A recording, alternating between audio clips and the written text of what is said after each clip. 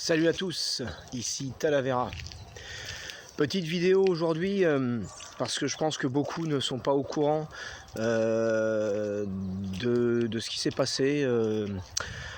C'est-à-dire que bon, j'étais quelqu'un qu'on voyait régulièrement sur ER et vous ne me verrez plus a priori sur ER. Ce qui s'est passé, c'est que j'ai envoyé mon deuxième album, qui était enfin voilà, après avoir signé chez Contre-Culture, après avoir fait le premier album, naturellement, j'étais dans un esprit créatif et donc j'ai enclenché du coup l'écriture d'un deuxième album. Et puis une fois fini, je l'ai envoyé chez Contre-Culture. Bon, c'est un processus long, hein, ça dure 2 ans à peu près, entre l'écriture, l'enregistrement, le mastering, tout ça était assez long. Et donc j'ai envoyé ça chez Contre-Culture et il y a eu un blocage. Il y a eu un blocage chez Contre-Culture et moi j'ai pas bien compris en fait parce que tous mes potes, j'avais envoyé d'abord mon album à tous mes potes, notamment mes potes de chez Contre-Culture, etc. pour qu'ils me disent ce qu'ils en pensaient. Ouais, avant d'envoyer ça, on va dire à la maison d'édition, j'envoie ça aux copains pour dire alors qu'est-ce que vous en pensez les gars, dites-moi s'il y a un souci, enfin peut-être pour que je puisse y retoucher avant, une dernière fois, enfin bref. Et puis les retours sont unanimes, quoi. C'est-à-dire que tous mes potes me disent ouais c'est vachement bien, c'est même mieux que le premier. Donc en gros tout le monde m'a rassuré. Quand on produit un objet artistique comme ça, on a toujours des doutes, hein, tous. Hein. Je pense qu'il faut pas se leurrer. Personne n'est sûr de son coup. Voilà. Moi j'avais la sensation que j'avais fait un petit peu mieux que le premier. Déjà j'avais cette sensation-là.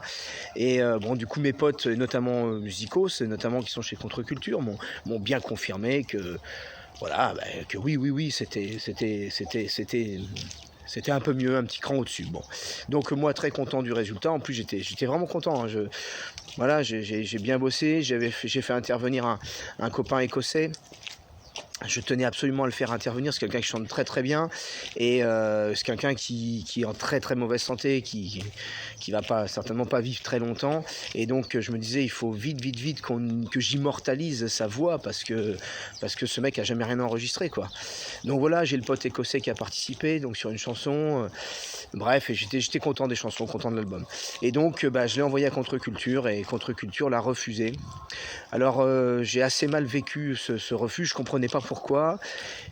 Et surtout que j'ai des potes qui me disaient de toute façon quand bien même il serait, admettons qu'il serait moins bien que le premier, je serais pas le premier artiste qui fera un album numéro 2 moins bien que le premier. Ce qui empêchait pas les maisons de disques de les sortir et d'en faire la promo. Et en plus a priori là c'est plutôt pas le cas.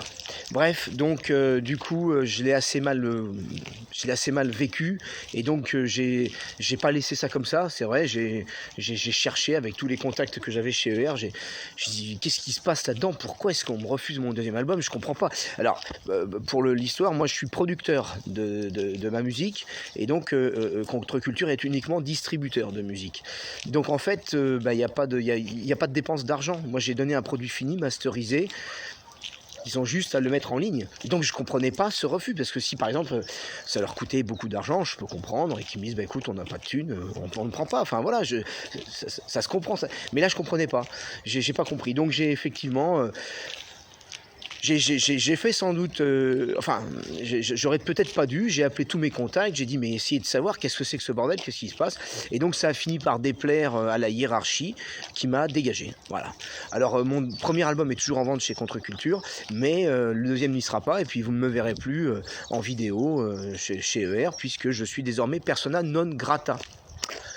Voilà pourquoi donc on ne me voit plus chez ER. Alors bon, peut-être que de toute façon c'est pas grave, ça ne dérange personne. Hein. Voilà. Hein. Je n'ai certainement pas une importance capitale dans le monde de la dissidence. Donc voilà, donc ceux qui souhaitent me voir, voilà, faudra venir sur ma chaîne. Alors évidemment, je suis pas très actif parce que en fait, quand je me suis fait dégager en gros de chez ER,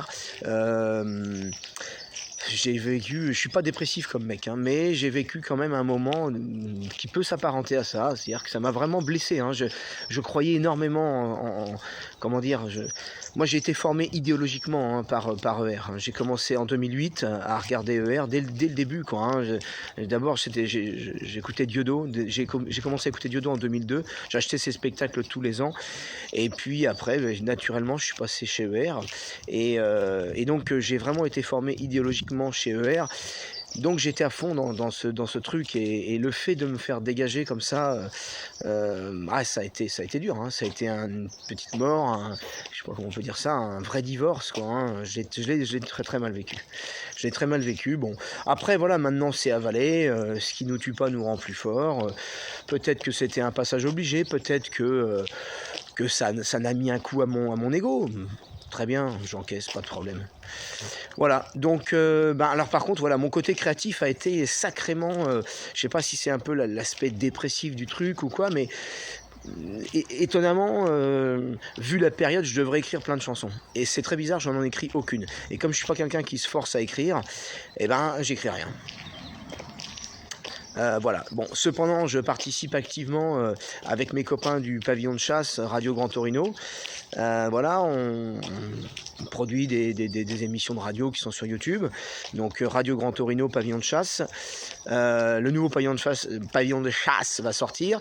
Ensuite, il y aura Nature Redneck. J'avais fait un premier Nature Redneck, les chroniques de l'alambic. Il va y avoir le deuxième Nature Redneck qui va sortir. Voilà, donc je suis sur l'aventure Grand Torino, c'est super chouette. Et voilà, donc j'espère, j'aimerais bien réécrire des chansons, mais honnêtement, je sais pas si ça va me retomber dessus ou pas. Est-ce que je suis encore sous le coup de mon éviction de chez ER? J'en sais rien, enfin bref. Bon, c'est comme ça, c'est la vie, hein. En tout cas, je vous souhaite à tous un bon courage pour la suite, puisqu'évidemment on sait que les carottes sont cuites, hein, c'est clair. Donc le pain blanc est mangé, c'est une certitude. Et demain, la gouvernance globale ou la révolte des nations? La révolte des peuples libres, peut-être, espérons un éveil de l'humanité. Alors, il est évident quand même que les choses changent, parce que, vous savez, moi, je suis quand même maintenant un vieux de la vieille, en définitive, hein. J'ai 46 balais, et donc, comment dirais-je, je tente d'éveiller les gens depuis une bonne quinzaine d'années, donc je suis pas un petit genou maintenant quand même, et je me rends compte quand même de l'évolution. C'est-à-dire que en 2008, quand je sortais quelques arguments, il fallait, je pense, plus de 100 personnes pour en trouver un compatible avec mes arguments. Aujourd'hui, 10 personnes, même pas. Je pense que 8, ça suffit, il y en a un qui va être compatible. Donc, je pense qu'on est quand même à un point de bascule, et c'est d'ailleurs pour ça que tout se corse. C'est qu'ils savent bien qu'on sait. Et qu'à mon avis, le 1 sur 10, là, le 10%, c'est une catastrophe pour nos élites, parce que je pense que c'est le point de bascule, c'est-à-dire que les 10%, c'est à un moment eux qui vont emmener les 100%. Enfin, peut-être pas 100%, mais disons une grosse majorité. Je pense que là, ça va très très vite, et enfin, on le voit, par exemple, je suis sur des fils Telegram, bon, ça parlait Covid, et avec beaucoup de gens qui étaient vraiment là que avec l'histoire du Covid. C'est-à-dire que le reste du temps, avant l'histoire du Covid, les mecs, ils s'étaient pas éveillés du tout. Et en fait, boum, ça passe à la guerre en Ukraine, et direct, ils enchaînent, quoi. C'est-à-dire que ça y est, boum, ça a ouvert une case, ça a déclenché quelque chose, ils vont plus se rendormir, quoi.